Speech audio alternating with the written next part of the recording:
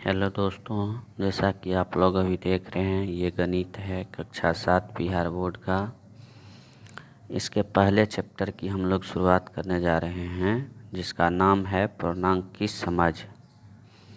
और इसमें प्रश्नावली 1 में एक टोटल 12 सवाल दिए गए हैं। इन सवालों को बनाने से पहले हम लोग थोड़ा पूर्णांक को देखेंगे, जो आखिर पूर्णांक है क्या। और पूर्णांक की समझ जानने से पहले हम दो चीज़ देखेंगे, एक तो प्राकृतिक संख्या और दूसरा पूर्ण संख्या। तो अपने आप जो है सो पूर्णांक संख्या जो है सो हम लोग सीख जाएंगे। जैसे कि हम लोग जानते हैं प्राकृतिक संख्या जो है गिनती की संख्या कहते हैं। और गिनती की संख्या हम लोग जब भी पढ़ते हैं अपने विद्यालय में या किसी को सिखाते हैं गिनती करना, तो 1 से शुरू करते हैं। 1 2 3 4 5 6 7 8 इस तरह से। तो प्राकृतिक संख्या गिनती की संख्या को कहते हैं, इसमें तो कोई तरह का दिक्कत नहीं है। अब आते हैं पूर्ण संख्या। जब इस गिनती की संख्या में 0 शामिल हो जाता है तो इसे पूर्ण संख्या कहते हैं। तो प्राकृतिक संख्या के साथ 0 को सम्मिलित करने पे पूर्ण संख्या हो गया। और बाएं 0 से पहले या 0 के बाएं तरफ जाने के बाद -1 -2 -3 -4 ये सब जब जुट जाता है पूर्णांक संख्या कहलाता है। पूर्णांक संख्या में प्राकृतिक संख्या और पूर्ण संख्या दोनों होने के साथ साथ ऋणात्मक संख्या भी होते हैं। अब इस पूर्णांक के जोड़ एवं घटाव के कुछ गुणों को देखेंगे। सबसे पहले देखते हैं जोड़ को। जोड़ में जो है सबसे पहला नियम है समवरक गुण।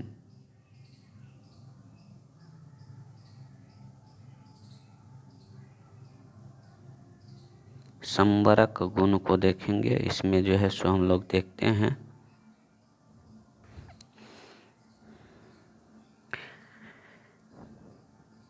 इसको समवर्त गुण भी कहते हैं, है ना। इसमें कहने का मतलब यह है कि जब हम किसी दो संख्या को जोड़ते हैं, यहाँ संख्या को नहीं देख करके यहाँ हम देखते हैं पूर्णांक, चूँकि पूर्णांक पढ़ रहे हैं इसलिए पूर्णांक के बारे में बात करेंगे। 8 और 4 ये दोनों एक पूर्णांक है। क्या है? पूर्णांक है 8 और 4। और जोड़ने के बाद जो हमारा परिणाम आता है 12, ये भी एक पूर्णांक है। उसी तरह एक दूसरा उदाहरण लेकर के -7। अभी हम लोग पढ़े हैं कि पूर्ण संख्या में जब माइनस ऋणात्मक आने लगता है तो उसको पूर्णांक संख्या कहते हैं। तो इस तरह से -7 जो है से एक पूर्णांक संख्या हो गया और -8 भी एक पूर्णांक संख्या हो गया।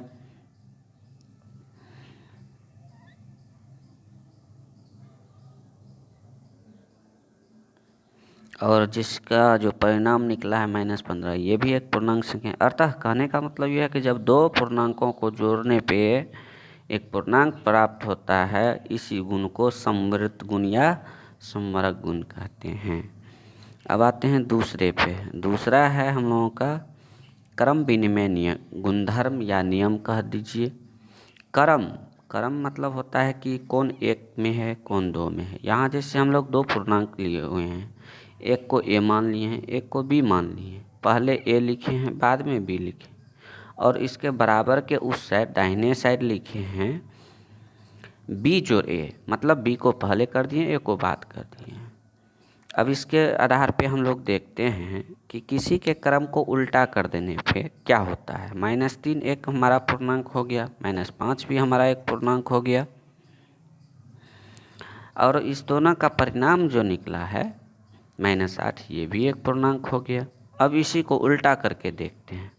-5 को पहले लिख दिए और -3 को बाद में लिखे, फिर भी जो है सो हमारा -8 ही परिणाम आ रहा है। कहने का मतलब क्रम को उल्टा पुल्टा कर देने के बावजूद भी परिणाम वही आता है। क्रम को मतलब दो पूर्णांक के क्रम को एक को पहले को बाद में करने से जो भी परिणाम समान आता है, इस नियम को क्रम विनिमय नियम कहते हैं। तीसरा नियम है साहचर्य गुण या सहचरी गुण। इसमें हम लोग 3 पूर्णांक देखते हैं। जैसे मान लीजिए कि हम इसमें 3 पूर्णांक ले लिए हैं ए, बी और सी। पहले जो है सो बी और सी को एक साथ जोड़े हैं, फिर ए को जोड़े हैं, है ना। लेकिन इसके इस साइड ए और बी को पहले जोड़े हैं और सी को बाद में जोड़े हैं। इस तरह से करने के बावजूद भी हमारा परिणाम समान आता है। तो इस तरह से 3 पूर्णांक के साथ जो नियम लागू होता है इसको सहचर गुण या सहचरी कहते हैं। योज्य तत्समक, किसी भी संख्या में 0 जब जोड़ते हैं, किसी भी संख्या में 0 जब हम जोड़ते हैं तो वही संख्या परिणाम निकल के आता है। जैसे मान लिया जाए कि 5 में 0 जोड़ेंगे तो 5 ही आता है, 8 में 0 जोड़ेंगे तो 8 ही आएगा, 0 में 9 जोड़ देंगे तो 9 ही आया। इस तरह के संख्या को योज्य तत्समक कहते हैं। अब इसके कुछ घटाव जैसे मान लो कि जोड़ में हम लोग देखें 2 पूर्णांक को जोड़ने के बाद एक पूर्णांक प्राप्त होता है, उसी तरह घटाव में भी होता है। घटाव को व्यवकलन भी कहते हैं, सब्सट्रैक्शन भी कहते हैं। इसमें सिर्फ और सिर्फ एक गुण लागू होता है, वह हम लोग जो पढ़े थे संवरक गुण। जोड़ में जो पूर्णांक 2 पूर्णांक को जोड़ने पे एक पूर्णांक प्राप्त होता है, उसी तरह 2 पूर्णांकों के अंतर मतलब घटाव एक पूर्णांक संख्या होती है। इसके लिए हम लोग 2 उदाहरण लेकर के देखे हैं। -6 जोड़ +10, कहने का मतलब एक ऋणात्मक लिया और एक धनात्मक लिया, लेकिन लिया तो दोनों पूर्णांक, और इसका जो परिणाम आया है -16, ये भी एक पूर्णांक संख्या है। उसी तरह दूसरा उदाहरण जब हम लोग देखते हैं तो उसमें है 5, जो कि एक धनात्मक पूर्णांक लिए हैं। क्या लिए हैं? धनात्मक पूर्णांक। और माइनस मतलब घटाव, -10 मतलब ऋणात्मक 10। और इसका जो परिणाम निकला है ये माइनस और माइनस होकर के प्लस हो गया। तो हो गया कितना? 5 जोड़ 10, 5 जोड़ 10। और मेरा जो फाइनल परिणाम आया है वो आ गया 15, जो कि एक पूर्णांक संख्या है। कहने का मतलब जब 2 पूर्णांक को घटाते हैं तो हमारा परिणाम भी एक पूर्णांक संख्या आती है। इस तरह से हम लोगों ने देखा। अब आते हैं इसके सॉल्यूशन पे।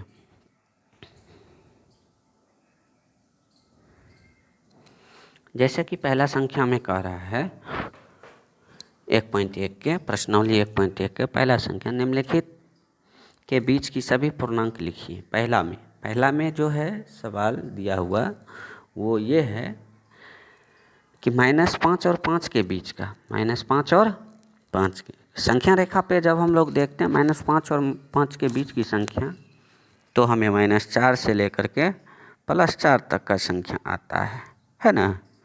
कितना आता है? -4 से लेकर के +4 तक का, है ना।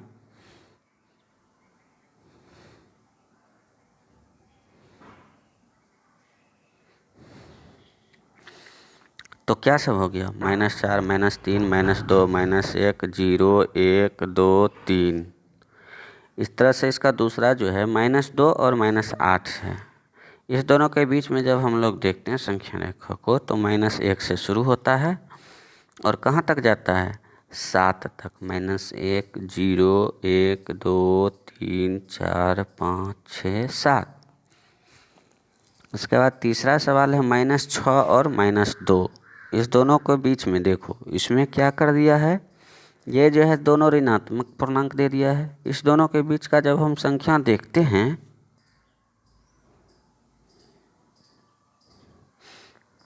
तो इसमें देखो ये थोड़ा सा मिस्टेक हो गया है।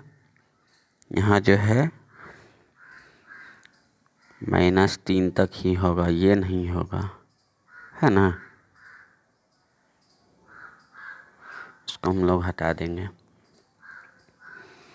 तो कितना कितना आ गया? -5, -4 और -3।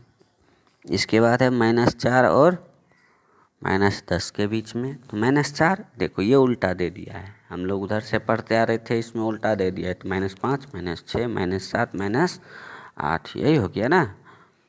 और -9 अब इसके दूसरे सवाल में कह रहा है कि निम्नलिखित में से प्रत्येक में से बड़े पूर्णांक का घेरा लगाएं। किस पूर्णांक का? बड़े पूर्णांक का। हम लोग जानते हैं जब एक ऋणात्मक और एक धनात्मक पूर्णांक होता है तो ऋणात्मक से धनात्मक पूर्णांक हमेशा बड़ा होता है। और दूसरी बात, ऋणात्मक पूर्णांक से 0 मतलब शून्य जो है सो भी बड़ा होता है। तो पहला सवाल हम लोग देख रहे हैं, उसमें है -20 मतलब -20 और 4। तो इसमें किसको हम अलोक करेंगे? 4 को, चूँकि -20 जो है ऋणात्मक है और 4 धनात्मक है। उसके बाद दूसरा है -15 और -8। माइनस में भी एक चीज़ है, जो संख्या जितना बड़ा वो उतना छोटा, जो जितना छोटा वो उतना बड़ा, है ना। तो इसमें हमको बड़ा संख्या को घेरना है और बड़ा संख्या इसमें -15 है और -8। तो कहने का मतलब जो बड़ा है वो छोटा है और छोटा वाला बड़ा है। तो क्या हो जाएगा हम लोग का? -8, है ना। इसके बाद है C 0 और -5। तो अभी हम लोग बोले हैं ना, ऋणात्मक संख्या से 0 बड़ा होता है तो 0 को घेर दिए। इस तरह से अगला D -20 और -7 है। तो -7 बड़ी संख्या हो गई, क्योंकि हम क्या बताए थे, ऋणात्मक में जो छोटी है वो बड़ी है। अब दूसरा देखो, यहाँ एक प्लस में दे दिया है 25 और माइनस में दे दिया है 2। चूँकि स्वाभाविक है माइनस जो है प्लस से छोटा होगा और प्लस माइनस से बड़ा होगा, तो ये 25 जो है इसको घेरा लगा देंगे। इसका लास्ट F है -20 और -18 मतलब -20 और -18। तो -18 बड़ी संख्या हो गया। तीसरा जो है इसमें कह रहा है उचित चिन्ह मतलब बड़ा, छोटा और बराबर को भरने के लिए। अभी हम लोगों ने देखा बड़ा को पहचानने के लिए, चूँकि जब बड़ा को पहचानते हैं तो छोटा को भी पहचानते हैं। क्योंकि जब तक हम लोग छोटे और बड़े में अंतर नहीं कर पाएंगे तो कैसे पहचानेंगे कौन बड़ा है और कौन छोटा है ना। तो आगे है हम लोगों का चिन्ह, रिक्त स्थान को भरने के लिए चिन्ह का प्रयोग करना है। तीसरा का पहला -6 और -8। तो -6 बड़ा है तो बड़ा का चिन्ह दे देंगे। 4 और 0, 4 बड़ा है, 4 का बड़ा का चिन्ह दे देंगे। -15 और 2, चूँकि -15 जो है 2 से छोटा है तो छोटा का चिन्ह दे दिए, है ना। डी में है -50 और -54 जोड़ 4। अब इस दोनों का क्रिया करेंगे तो हमारा 50 ही आएगा, तो बराबर हो गया, तो बराबर का चिन्ह दे दिए। 25 और 25 दोनों साइड एक समान है तो बराबर का चिन्ह दे दिए हैं। एफ में है 4 -15, कहने का मतलब -11 हो गया और 2 -20 -18 हो गया। तो -18 से -11 बड़ा है तो बड़ा का चिन्ह दे दिए इसमें। नीचे दिए गए पूर्णांकों को बढ़ते क्रम में लिखिए। अब हम लोग अभी ही देखे हैं कि माइनस में जो बड़ा होता है वो छोटा होता है, तो कहने का मतलब माइनस में बड़ी संख्या से लेकर के छोटी संख्या और फिर प्लस में छोटी से बड़ी, तब न बढ़ते क्रम होगा। इसलिए पहला में जो है सो सबसे पहले हो जाएगा -8, उसके बाद -5, उसके बाद -2, उसके बाद 12, 15 और 20, लास्ट में 20 हो गया। दूसरा, इसका दूसरा बी जो है उसमें दे दिया है 5, 2 -5, उसका 5, 0, -2, -4, -15 और 8। तो सबसे पहले माइनस वाला लेंगे, सबसे बड़ा -15, उसके बाद -4, -2, 0, 5, 8 हो गया ना। पाँचवा सवाल में कहा अगली पूर्णांक बताइए। सबसे देखो, अगली पूर्णांक का मतलब होता है उसमें हम एक प्लस एक कर देंगे, उसमें क्या करेंगे एक को जोड़ देंगे। अब सवाल देखते हैं, -18 है तो -18 में एक जोड़ेंगे तो -17 हो जाएगा, है ना पहला। उसके बाद देखो पाँचवा का दूसरा बी 15, 15 में एक जोड़ दिए 16 हो गया। पाँचवा का सी हो गया -20, -बी में 20 में 1 जोड़ेंगे तो -19 हो गया। उसके बाद 18 है, कितना है 18, 18 में 1 जोड़ेंगे तो 19 हो जाएगा। -5 है, -5 में 1 जोड़ देंगे तो -4 हो जाएगा। नीचे दिए गए पूर्णांकों के पहले का पूर्णांक बताइए। पहले, अब देखो इसमें सबसे पहले देखेंगे पहले का पूर्णांक देखने के लिए क्या करते हैं हम लोग, तो -1 मतलब 1 घटा देते हैं। क्या करते हैं, 1 घटा देते हैं। देखो छठा का पहला मतलब 25, 25 का पहले का पूर्णांक क्या हो जाएगा, 25 में से 1 घटा दिए तो 24 हो गया। उसके बाद है -59, -59 में 1 घटा दिए, चूँकि दोनों ऋणात्मक है तो क्या हो गया -60। -55 ये भी ऋणात्मक है, इसमें भी 1 घटाएंगे तो -56 हो जाएगा। -26, -26 में से 1 घटाएंगे, ये भी ऋणात्मक है, -27 हो गया। ई में है 100, 100 में से 1 घटाएंगे तो कितना होगा 99, चूँकि 1 धनात्मक है और 1 ऋणात्मक हो गया। सातवां में है रिक्त स्थान को भरिए। -5 जोड़ 2 बराबर कितना होगा, -5 जोड़ 2 -3, चूँकि 1 ऋणात्मक है और 1 धनात्मक है। -7 का पहला, उसमें एक और है 2 जोड़ -5। देखो क्रम को उल्टा कर दिया, मतलब पहले वाले को बाद में, बाद वाले को पहले, फिर भी जो है हम लोगों का परिणाम क्या आया, -3 आया, है ना। अब पूछ रहा है क्या, -5 जोड़ 2 बराबर 2 जोड़ -5 है, तो है, चूँकि दोनों का परिणाम जो है सो हम लोगों को कितना है -3 आया है। अब पूछ देगा किस नियम से, तो बता देंगे क्रम विनिमय नियम से, है ना। और एक दिया हुआ है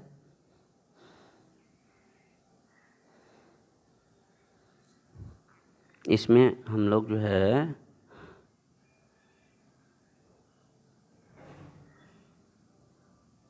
देखो ये उदाहरण के द्वारा था भरना, ये हम लोग भर चुके हैं। क्या कर चुके हैं, भर चुके हैं,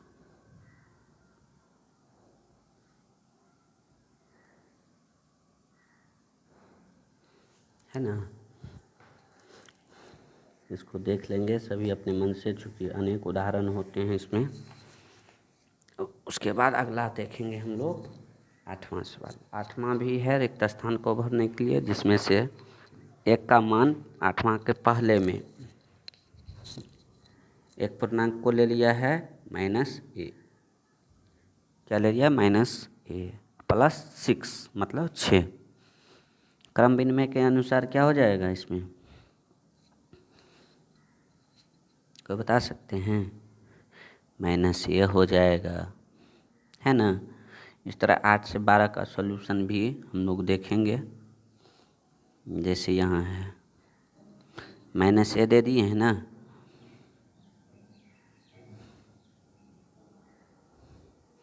किस अनुसार से, तो क्रम विनिमय के नियम से। -8 में +8 जुटा, योग प्रतिलोम के हिसाब से 0 हो गया। 2 जोड़ 9 जोड़ -6 मतलब 9 और 6 को पहले जोड़ा है -6 को, और बराबर के इधर 2 और 9 को पहले जोड़ करके फिर माइनस, तो किस गुण के अनुसार, तो सहचर गुण के अनुसार। 15 जोड़ 0 बराबर 15, किसी भी संख्या में 0 जोड़ेंगे तो वही संख्या आएगा योज्य तत्समक के हिसाब से, है ना। इस तरह से हम लोगों का 8वां भी हो गया। अब आगे देखेंगे 9वां सवाल। 9वां सवाल कर रहा है निम्न को जोड़िए। क्या करना है, सबको जोड़ना है। 9वां का ए है, 9वां का ए देखेंगे। 9वां के ए में देखते हैं -15 और -18 को, चूँकि दोनों ऋणात्मक है तो दोनों को जोड़ करके ऋणात्मक का चिन्ह दे देंगे। कितना हो गया -33। 9 का बी, 9 का बी में क्या है -20 जोड़ 17, तो 1 ऋणात्मक है 1 धनात्मक है, चूँकि ऋणात्मक बड़ा है तो 20 में 17 को घटा करके ऋणात्मक का चिन्ह दे देंगे तो -3 आ गया। 9 का सी +24 जोड़ -16, तो 24 में से 16 घटा देंगे कितना आ गया 8। उसके बाद अगला सवाल डी में है -8 और 5, तो माइनस बड़ा है, इसमें से घटा दिए तो -3 आ गया। उसके बाद आते हैं हम लोग 10वां सवाल। 10वां कह रहा है निम्नलिखित को घटाइए। देखो इसमें क्या करना है, घटाना है। इसका पहला सवाल देखते हैं, -15 में से -5 को, तो -15 में से किसको घटाना है, -5 को। तो इसमें जो है सो हम लोग घटा दिए, -15 घटे -5 किए है ना। तो इसमें -15 और -5 जो है, माइनस और माइनस क्या हो जाता है, प्लस हो जाता है। तो एक ऋणात्मक हो गया, एक धनात्मक हो गया। चूँकि ऋणात्मक बड़ा है तो ऋणात्मक में से धनात्मक को घटा करके ऋणात्मक का चिन्ह दे देंगे, तो कितना हो गया, -10 हो गया। उसके बाद इसके बी में आते हैं। कह रहा है 25 में से -75 को, 25 में से -75 को, तो 25 माइनस -75, माइनस माइनस प्लस हो गया है ना, तो कितना हो गया, 100। उसके बाद -8 में से -16 को, तो -8 घटे -16, तो -8 माइनस माइनस प्लस 16, कितना हो गया, 8 हो गया। उसी तरह -20 में से -18, तो यहाँ भी माइनस माइनस प्लस हुआ, तो यहाँ -2 हो गया है ना। अब 11 सवाल में करा है, निम्नलिखित गुणों का एक एक उदाहरण दीजिए। सबसे पहले क्रम विनिमय, तो किसी भी दो पूर्णांक को जोड़ेंगे और फिर उसको क्रम को उल्टा कर देंगे। इसके लिए हम लोगों ने लिया -7 और 2 को। आप इसके अलावा कुछ और भी ले सकते हैं, है ना। इसके बाद है साहचर्य गुण या साहचर्य नियम या सहचर्य। इसमें 3 पूर्णांक लेते हैं, जिसमें 2 पूर्णांक को जोड़ते हैं पहले, उसके बाद एक पूर्णांक को, लेकिन बराबर की इस साइड जो है सो पहले 2 पूर्णांक को जोड़े हैं, उसके बाद एक पूर्णांक को जोड़े हैं, फिर भी परिणाम हम लोगों का एक समान आता है। इस तरह से हम और भी उदाहरण ले सकते हैं। अगला है संवरक नियम। क्या है, संवरक नियम। इसमें हम लोग जानते हैं कि जब 2 पूर्णांक को जोड़ते हैं तो हमारा परिणाम भी एक पूर्णांक ही आता है। क्या आता है, पूर्णांक आता है। तो -8 एक पूर्णांक है, 4 भी एक पूर्णांक है, और इस दोनों को जोड़ते हैं तो आता है परिणाम -4, जो कि भी एक पूर्णांक ही है। इस तरह से संवरक गुण का भी और उदाहरण ले सकते हैं। उसके बाद है योज्य तत्समक। देखो योज्य तत्समक में होता क्या है, किसी भी संख्या में 0 को जोड़ते हैं तो वही संख्या प्राप्त होता है ना। अब यहाँ हम लोग उदाहरण लिए हैं 8, 8 जोड़ 0 बराबर 8। इस तरह से और भी हम लोग उदाहरण ले सकते हैं। उसके बाद देखो इसका 12वां ऐसा पूर्णांक युग्म लिखिए जिसका योग -8 हो। इसके लिए हम लोग बहुत सारे उदाहरण ले सकते हैं। हमने यहाँ लिया -4 जोड़ -4, मतलब -4 में -4 को जोड़ेंगे तो -8 होगा। अब कह रहा है अंतर -18 है, कितना है, -18। अब 22, देखो 4 में से 22 को घटाएंगे तो कितना आएगा, 4 में से 22 को घटाएंगे तो -18। उसी तरह 2 में से 20 को घटाएंगे तो -18 आएगा, है ना। उसके बाद लास्ट इसका है योग 0 होना चाहिए। किसी भी संख्या का योज्य प्रतिलोम को जोड़ देते हैं किसी भी संख्या में तो कितना आता है, तो 0 आता है। जैसे मान लो 8 लिए, 8 का योज्य प्रतिलोम कितना होता है, -8। तो 8 जोड़ -8 बराबर 0 हो गया ना। उसी तरह कोई भी दो संख्या जिसका योज्य प्रतिलोम क्या होता है, 0 होता है। इस तरह से अनेक उदाहरण ले सकते हैं। धन्यवाद।